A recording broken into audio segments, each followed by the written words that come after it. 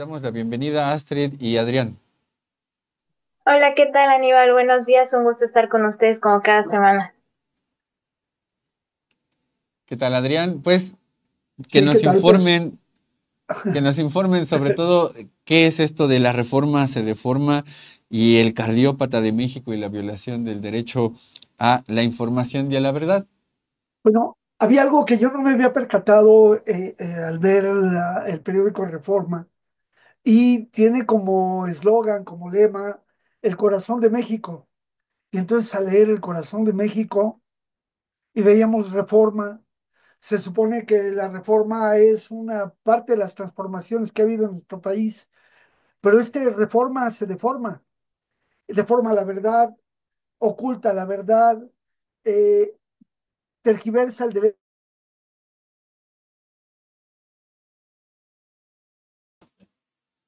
Vamos a ver si recuperamos ahí el audio con Adrián. Astrid nos estaba comentando ahí esta parte, Adrián, del periódico El Reforma y que vio esta parte de El Corazón. ¿Qué es lo que nos pueden comentar? Creo que ya está de regreso, Adrián. Si Bueno, Vamos quieres que contigo, quiero, Adrián. quiero seguir concluir más comentando, o menos Adrián. esta idea que teníamos. Entonces, insisto, al ver que el periódico Reforma se anuncia como el corazón de México, y que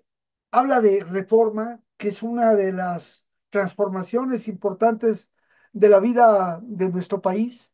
Entonces, de ahí decíamos, bueno, ¿cómo es este derecho a la información que se manipula y se utiliza para una guerra cognitiva en contra del pueblo, para defender los intereses, ocultando la verdad, buscando manipular los sentimientos de la población y llegando al corazón de México en este proceso manipulador que se vincula y articula con los grandes intereses transnacionales, sobre todo de aquellos que tienen que ver con el ultraconservadurismo, pero lo más grave de todo, estos aires de guerra que soplan en todo el planeta y que van llevando a las poblaciones de nuestros países a enfrentarse en guerras fratricidas o a enfrentarse en guerras contra otros pueblos donde quienes ponen los muertos son los pueblos y quienes ordenan las guerras no mandan a sus hijos, no mandan a sus familiares, no mandan a sus amigos, ellos no van a esas guerras y nos llevan a los pueblos a enfrentarnos. En ese sentido, en este análisis que hoy queremos proponer, es cómo el derecho a la información se deforma, cómo se utiliza para construir mediante la interpretación de la realidad una verdad eh, que no es real, es decir, una mentira que se construye desde el poder, desde el impacto mediático que tienen estos medios y cómo manipulan a la opinión de la población en general y inducen a que el dolor de las víctimas se lleve a canalizar en contra del propio pueblo y de las propias políticas que buscan una transformación verdadera. Adrián, y bueno, Astrid, pasando contigo sobre esta parte que nos mencionaba Adrián, ¿qué es lo que nos puedes comentar? Gracias, Aníbal. Pues mira, el tema central aquí, pues es hablar de cómo algunos medios de comunicación aprovechándose de estas situaciones de dolor por el que pues se atraviesa en todo el país y más pues quienes en carne propia lo padecen como en este caso lo que ha pasado en Jalisco con las madres buscadoras, en fin, cómo se aprovechan de todo esto para tomarlo como un arma para golpetear políticamente en esta guerra mediática que se ha creado solo con el fin de retomar el poder y lo que con ello, pues con lo que conllevaba, ¿no? Con ello, cuando estaban los grupos de derecha en el poder. Y es lamentable lo que pasó en Jalisco, pero creo yo que es más lamentable por lo que significa para las familias, pero más para los miles y miles de desaparecidos que hay en el país.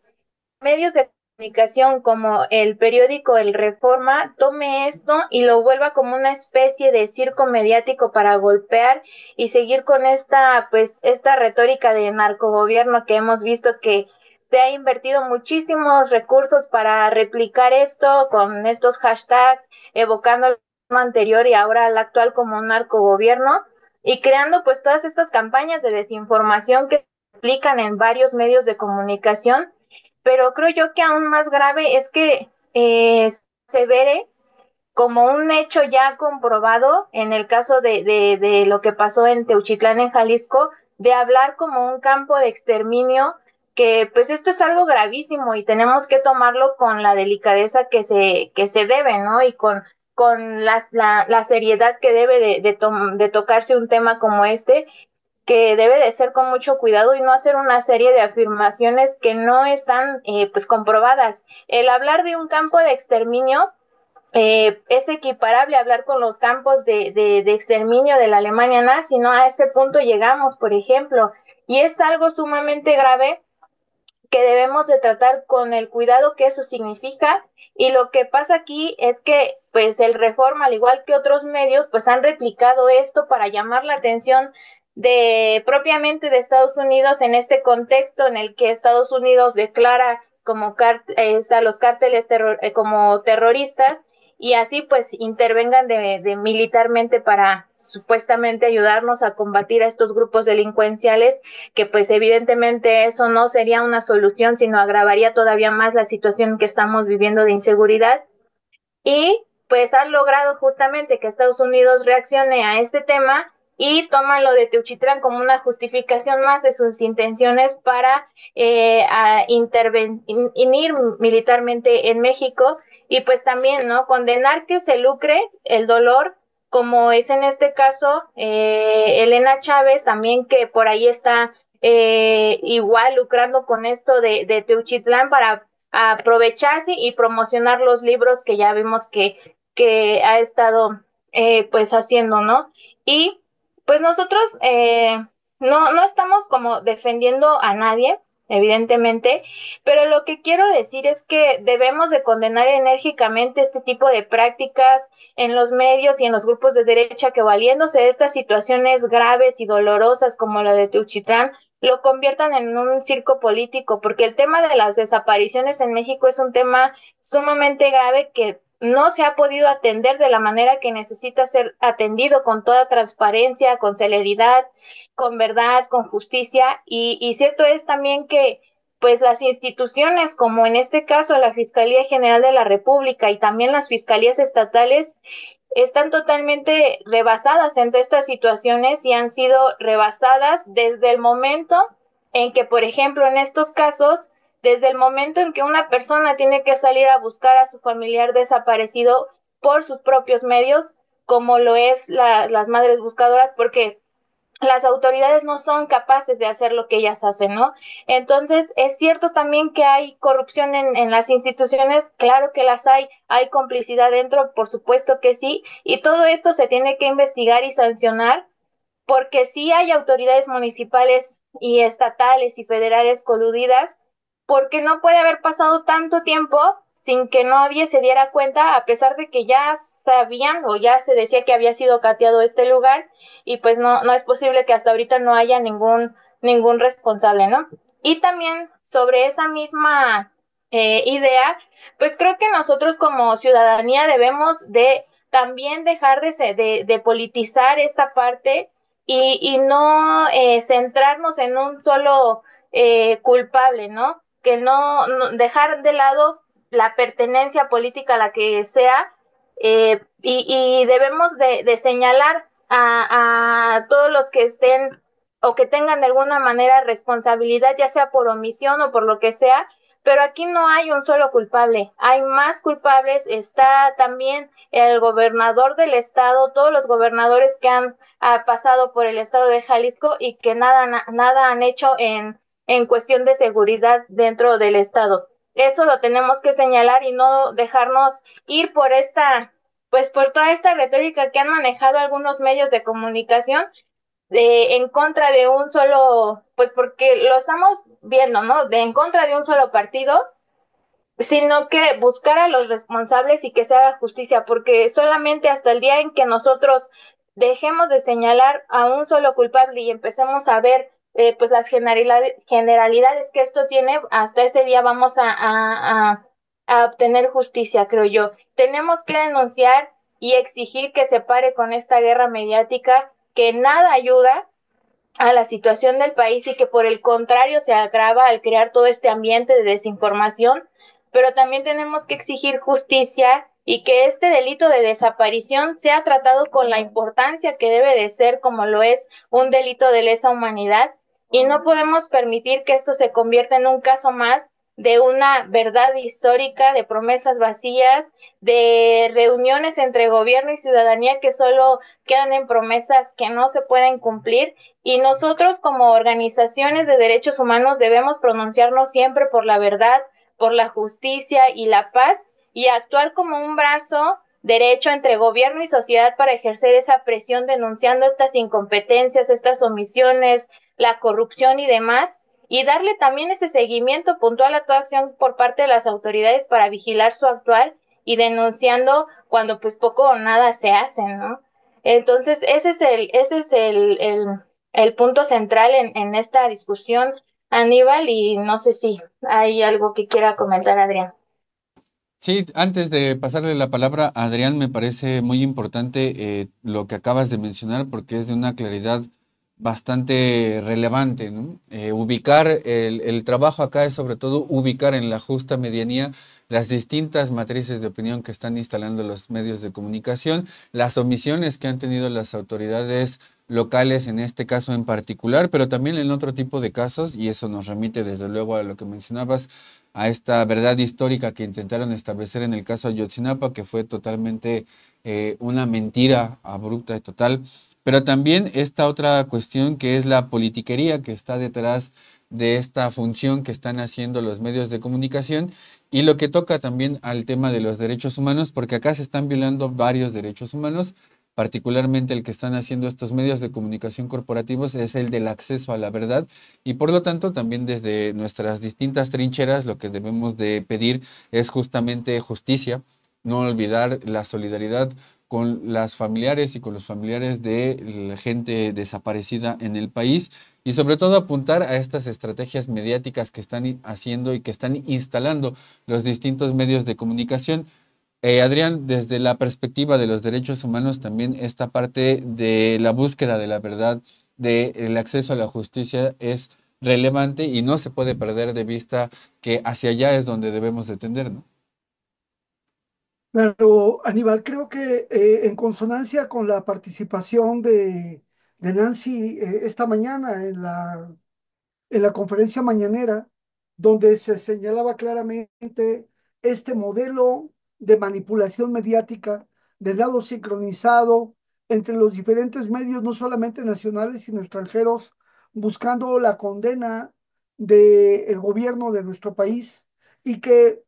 hay que tomar en cuenta que la línea editorial de Contralínea a lo largo de su historia ha sido siempre estar en ese equilibrio ético y buscando también tener una posición política clara en relación al interés fundamental de la ética en la comunicación, el del derecho a la información y a la comunicación y darle voz a quienes la requieren porque reclaman sus derechos. Me parece que la participación de Nancy fue muy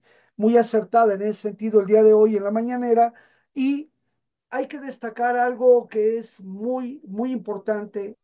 que creo que es necesario hacer mucho mayor hincapié en el análisis. Eh, la utilización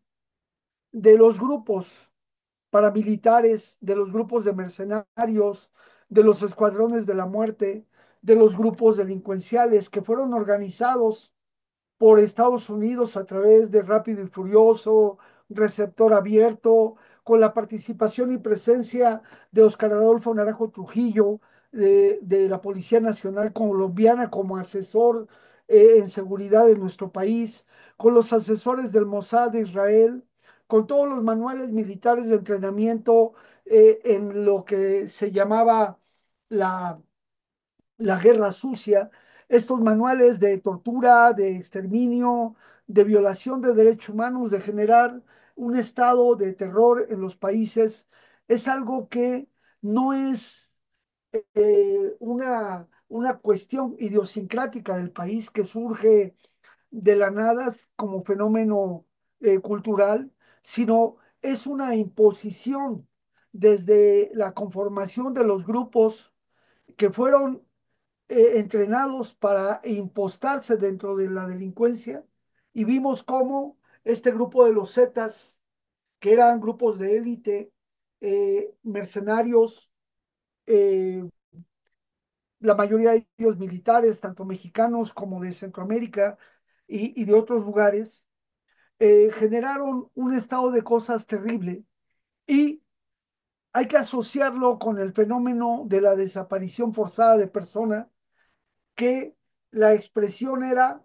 acabar con la disidencia política mediante la desaparición. Sin embargo, en el neoliberalismo, la desaparición forzada de personas no se llevó solamente a la esfera de los opositores políticos, sino a una dimensión escalofriante, dramática, que hoy nos tiene en una situación de grave crisis. ¿Y cuál es el kit eh, del asunto como problema social, político, económico, cultural, pero sobre todo humanitario, con la desaparición forzada de personas? Hemos visto cómo se hace el recuerdo de cómo empezaron las personas que colgaban en los puentes, que luego descuartizaban, desmembraban y que después abrió paso a la utilización de disolver en ácidos, en tambos de 200 litros de diésel,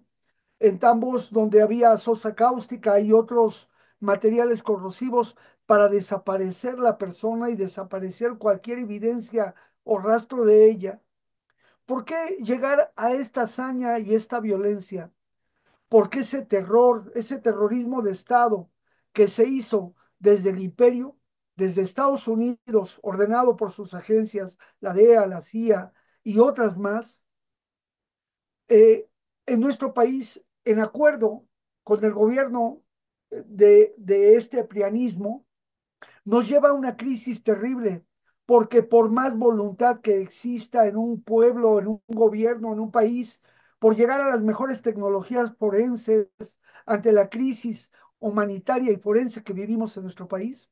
no hay poder humano que pueda identificar restos que ya no existen. Es decir, la calcinación no permite algunos fragmentos que se llegan a recuperar de pequeñas partes de hueso ante estos fenómenos de desaparición, hacen muy difícil la identificación y por lo tanto dejan una herida abierta, constante, permanente, dolorosa, que incide y lacera y lastima a la gente. ¿Cómo pedirle a un familiar que no busque a su familiar? ¿Cómo pedirle que no sienta la tristeza de no saber si existe o no existe? Vimos cómo ya la impunidad biológica o la posibilidad biológica de encontrar con vida a personas eh, es muy remota. Sin embargo, los familiares se aferran. Ahí tenemos una sentencia en el caso de Rosendo Radilla. Tenemos diferentes sentencias de la Corte Interamericana de Derechos Humanos y resoluciones de organismos multinacionales y la propia instancia del gobierno de México, pero ¿dónde vamos a poder recuperar los restos de una persona o la señal de vida de las mismas cuando se llegó a estos niveles de necrocapitalismo, de este capitalismo zombie, de este capitalismo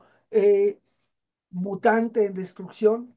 que consume todo? Entonces, eso genera crisis y con mucha facilidad se puede manipular a las personas para movilizarlas. ¿Por qué? Porque no hay gobierno que pueda lograr un resultado cuando materialmente es imposible recuperar el resto de la persona, máxime si quienes podrían decir fueron ejecutados en la cadena. Hemos visto cómo quienes han tomado presos, matado a las personas, los llevan a los lugares donde están los cocineros. Ya lo veíamos en la masacre de Allende, allá en Coahuila, donde al penal de Piedras Negras alrededor de 500 personas fueron llevadas para torturar, descuartizar y quemar, con la aquiescencia y la tolerancia del gobierno priista, ahí en un centro penitenciario que sostiene un campo de exterminio, eh, y que el silencio cómplice de todos estos grupos empresariales de comunicación permitió ese estado de cosas que hoy nos revierte como una crisis terrible y humanitaria, que a pesar de la disponibilidad que pueda tener el gobierno, será muy difícil lograr darle paz, darle tranquilidad a los familiares que con mucha justicia claman por saber dónde están, qué pasó y sobre todo el reclamo de que porque vivos se los llevaron, vivos los queremos, retumba y resuena en todos los espacios, y vemos cómo entonces ese corazón de México que dice representar el periódico Reforma es un corazón cardiópata que sufre, que vive, pero que utiliza el sentimiento humano para dañar y deformar los hechos, para ocultar la verdad y manipularla en este acceso a la información que nos genera una guerra cognitiva en la cual al dolor del pueblo lo utilizan para golpearle en contra del pueblo mismo. Así es, esta parte de la construcción ideológica como una falsa conciencia que practican este tipo de medios en donde intentan instalar este tipo de ideas como si fueran las ideas de todos. Evidentemente, este periódico que estamos mencionando en esta cápsula, pues no tiene nada que ver con la representación de los intereses del pueblo de México. Y también, qué bueno que mencionabas esta parte de la guerra cognitiva, porque el día de ayer con el doctor Fernando Bonavade estábamos hablando sobre este tema en torno a otros hechos, particularmente con la guerra en Ucrania, pero hablábamos del secuestro cognitivo que implica la construcción de la guerra, pero también la construcción de la paz, y cómo nos van secuestrando este tipo de conceptos, así como otro tipo de conceptos que ha quedado muy claro a partir de esta manufacturación de consenso que han hecho en torno a los hechos en Jalisco, que hablan también de una forma de operar según distintos manuales de contrainsurgencia que tiene el gobierno de Estados Unidos. La parte de las operaciones psicológicas, había un elemento muy fundamental que era el de los medios de comunicación. Para ir cerrando esta parte y esta cápsula del día de hoy, Astrid, Adrián, ¿con qué les gustaría cerrar? Bueno, pues creo que lo que estamos enfrentando el día de hoy solamente es consecuencia de lo que ha estado pasando desde hace unos 20, 40 años, donde la inseguridad a un punto tal que pues ahora en día se dice fácil, ¿no? O se condena tan fácil un gobierno u otro no haya podido acabar con todo este clima de inseguridad, pero algo que se ha estado gestando durante décadas no se puede acabar así porque sí, en un sexenio, en dos, tres sexenios más, y creo que va a ser muy, muy complicado, no imposible, pero sí muy complicado que podamos retomar la paz y pues yo creo que lo principal aquí es seguir haciendo presión, seguir de cerca, vigilando las acciones de las autoridades, seguirles denunciando y seguir pidiendo que hagan su trabajo, estarles vigilando de cerca. Creo que yo eso es lo prioritario y también, ¿no? Pues hacer del conocimiento de las personas, de toda la gente que nos ve, pues esta otra parte que hemos venido mencionando a lo largo de este espacio, de cómo existen estos otros medios de comunicación o estos de derecha que se valen de un planteamiento para replicarlo y que la gente pues se crea todas las mentiras y la desinformación que existe. Entonces, pues eso es lo que nos toca a nosotros también hacer como ciudadanía, como derechos humanos, seguir alzando la voz y seguir denunciando este tipo de prácticas que de nada ayudan a combatir la inseguridad que vivimos en el país. Y con eso es con lo que me quedo, Aníbal. yo quisiera cerrar comentando que hacemos un llamado y nos sumamos también al pueblo de Estados Unidos en su reclamo porque haya verdad, porque haya justicia, porque deje de utilizarse el nombre del pueblo de Estados Unidos para torturar, para desaparecer, para masacrar, para generar guerras en el mundo, para poder mantener un status quo porque vemos, por ejemplo, en Venezuela, hostilizan al pueblo, lo violentan, le restringen sus derechos, los llevan a condiciones prácticamente de inanición, y entonces el pueblo sale, lo reciben en Estados Unidos, les brindan facilidades para que lleguen ahí, y después, ahora, en el cambio de su política, lo utilizan también como arma de guerra para que, implementando leyes que son diseñadas para estados de guerra, decidan capturar sin juicio previo a venezolanos y llevarlos a las cárceles allá en El Salvador con Bukele, que se ha prestado para hacer estas cárceles extensión de Estados Unidos como Guantánamo y tantas cárceles que Estados Unidos tiene y administra en el mundo para someter a los pueblos y llevar el terror hacia estos lugares. Les pedimos al Departamento de Estado norteamericano, a los congresistas y a los medios también de Estados Unidos que exijan que haya respuesta porque estos grupos que operan en nuestros países son administrados, son organizados, son alentados y protegidos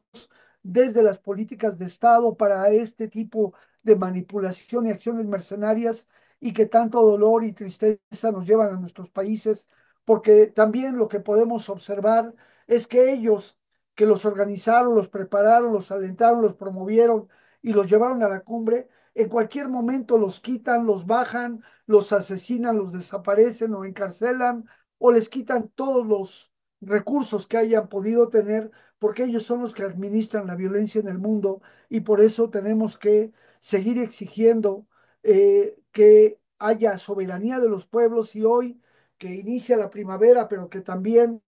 es el día en el que recordamos a Benito Juárez, pues seguir pidiendo que el derecho al respeto de nuestros pueblos es la posibilidad de la paz y en ese sentido pues hacemos eco de este reclamo. Muchas gracias Aníbal, un fuerte abrazo para todos y bienvenida a la primavera. Vamos a ponernos muy contentos y a seguir luchando juntos,